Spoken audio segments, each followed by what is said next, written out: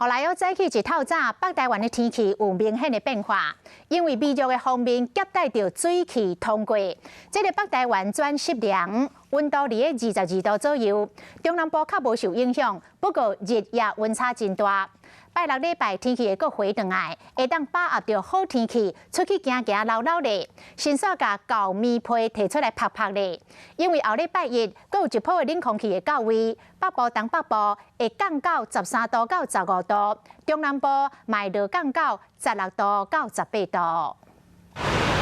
今日后山出外上班，今仔日天气较凉，也无算伤冷。北部、东北部局部地区会开始落雨，不过民众先免伤烦恼，因为拜六礼拜全台湾拢会出日头。其实在6日的气温是逐渐回升的一个趋势，尤其是在礼拜天这一天，各地的高温大致上是在27到30度左右。把握拜六礼拜4时的好天气，赶紧出去行行咧。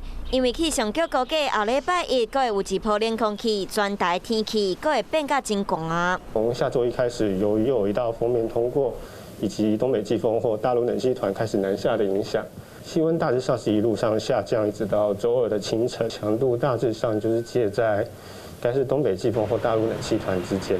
强度接近大陆冷气团，天气的形态先湿冷，才转大冷。白夜温度会降真济，北部上低温干那13度，中部14度，南部16度，东部上低温干那15度。北部透早较快所在低温恐惊会阁减少。按算后礼拜一到拜二是上冷的时阵。冬天的外套先莫收起来，拜六礼拜赶紧甲棉被摕出来晒。毕竟天气温度变化较大，爱细日唔通去感着。